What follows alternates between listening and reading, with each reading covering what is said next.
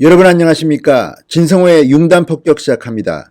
김상조 청와대 정책실장이 그 대상입니다. 어젯밤 TV조선이 엄청난 특종을 했습니다. 깜짝 놀랄 만한 이야기가 나왔습니다. 청와대 정책실장으로 새로 부임한 김상조 전 공정거래위원장이 효성 형제 분쟁 때 개입했다는 정황이 포착됐습니다. 김상조 실장이 직접 보낸 문자 메시지도 공개됐습니다. 빼도 박도 못하는 상황입니다. 자, 청와대는 이제 어떻게 답할까요? 김상조 실장은 TV조선의 연락을 받고 응답하지 않았다고 합니다. 반론권 행사도 안 했습니다. 무슨 사연이 있길래 이런 일이 벌어진 걸까요? 과거 대학 교수 때부터 시작해서 도덕군자처럼 행세하고 경제개혁의 아이콘처럼 등장했던 김상조 실장이 뒤로는 특정 대기업 그룹의 경영 분쟁에 개입해서 특정한 편을 들었다는 의혹이 제기된 겁니다. 물증도 나왔습니다.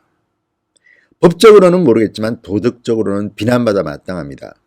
청와대의 반응이 궁금합니다. TV조선이 공개한 문자 메시지를 보면 충격적입니다. 김상조 청와대 정책실장이 2014년 경제개혁연대 소장으로 있을 때의 이야기입니다. 당시 효성그룹은 경영권 분쟁이 있었습니다. 형과 동생이 싸웠습니다. 그때 김상조 실장이 중간에 끼어들어서 동생한테 유리한 논평을 했다는 겁니다. 이른바 청탁 논평입니다. 논평은 논평인데 청탁받아 한 논평이다. 김상조 실장은 이 청탁 논평으로 불리는 이 논평을 낸 뒤에 바로 연락했습니다. 논평 냈습니다. 홈피 가서 보시면 알 수 있을 겁니다. 그리고 효성그룹 둘째 아들과 식사를 한 문자 메시지도 발견됐습니다. 자, 이제 김상조 실장은 뭐라 답하겠습니까? 당시 효성그룹은 형 조현준 사장 그리고 둘째 아들인 조현문 전 부사장 경영 분쟁이 있었습니다. 그런데 이 가운데 김상조 실장은 동생 편을 든 것으로 보입니다. 그리고 더 경천동자할 일은 이 두 사람 김상조 실장과 조현문 전 부사장을 연결시켜준 고리는 그 유명한 박수환 로비스트였습니다.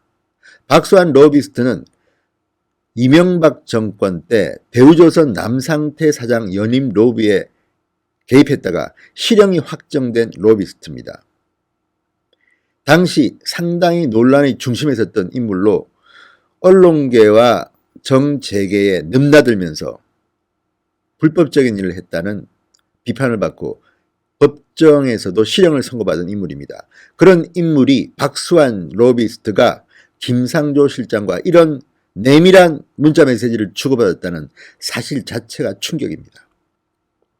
자, 박수환 전 뉴스콤 대표가 문자 메시지를 보냅니다. 2014년 6월 26일 박수환 씨는 조현문 전 효성 부사장에게 경제개혁연대 소장이었던 남상조 정책실장과의 오찬 약속을 알려줍니다.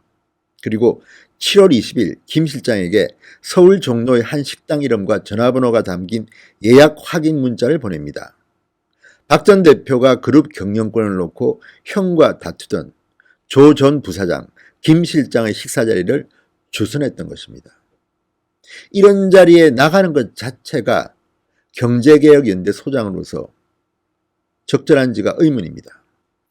자, 8월 19일 그리고 한 매체가 장남, 효성그룹의 장남 조현준 사장의 비위 의혹을 보도합니다. 그러자 경제개혁연대는 다음날 바로 조성래 회장과 장남이 효성그룹을 사유화하고 있다는 요지의 논평을 냅니다.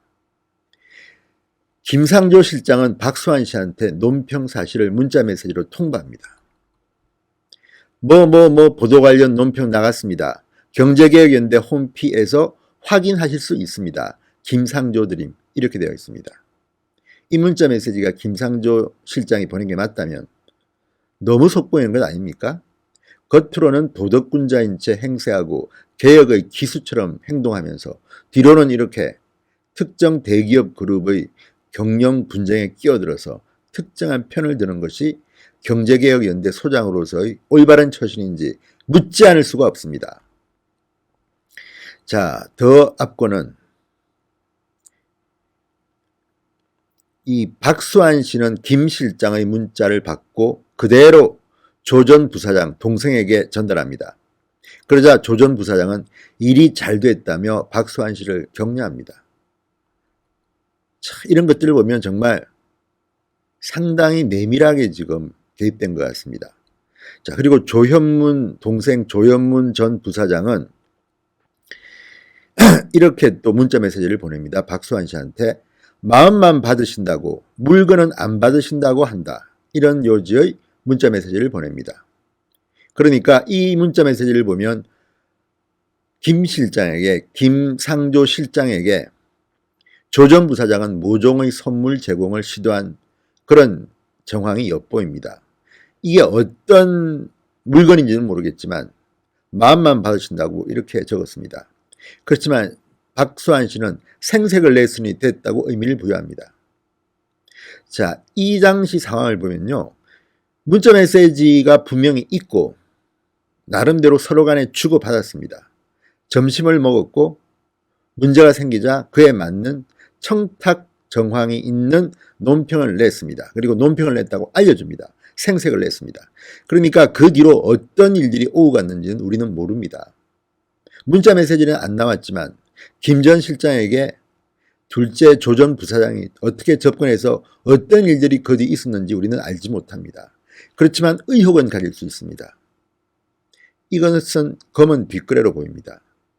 돈이 오고 갔는지 선물이 오고 갔는지는 알 수 없지만 시도했던 정황은 보입니다.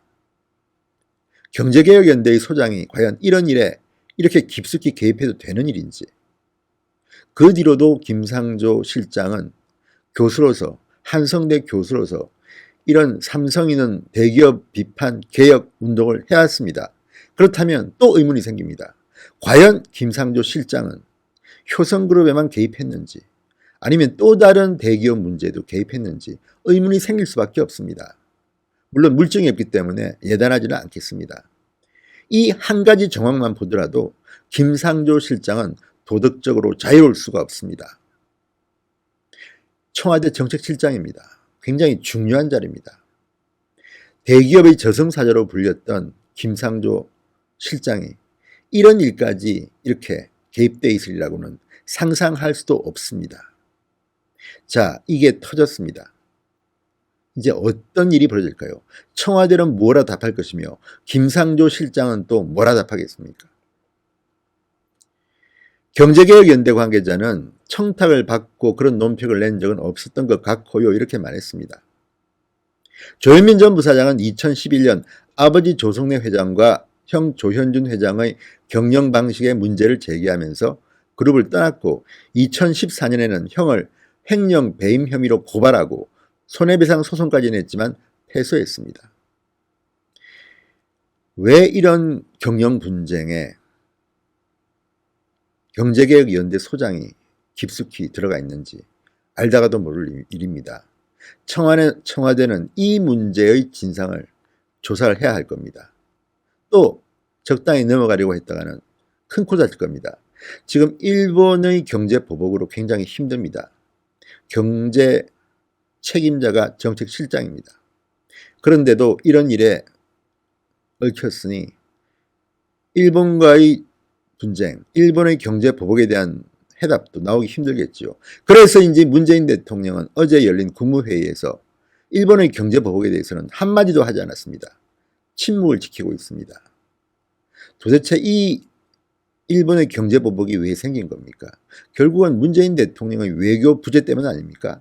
그런데도 강경화 장관 아무런 무대응입니다. 오히려 자극하는 그런 발언을 해서 또 더욱더 일본과 한국과의 감정의 골은 깊어질 것 같습니다. 아무튼 문제는 대한민국의 국익입니다. 이런 위급한 상황에 청와대 정책실장은 또 이런 스캔들에 휘말렸습니다. 이 스캔들의 끝은 어디일까요? 진성호의 융단 폭격이었습니다. 여러분 감사합니다. 진성호 방송이 이제 곧 구독자 36만을 돌파합니다. 너무너무 감사합니다. 그렇지만 혹시라도 아직까지 진성호 방송의 구독자가 아니신 분은 지금 즉시 붉은색 구독 버튼을 꼭 눌러주십시오. 무료입니다. 더욱 열심히 하겠습니다.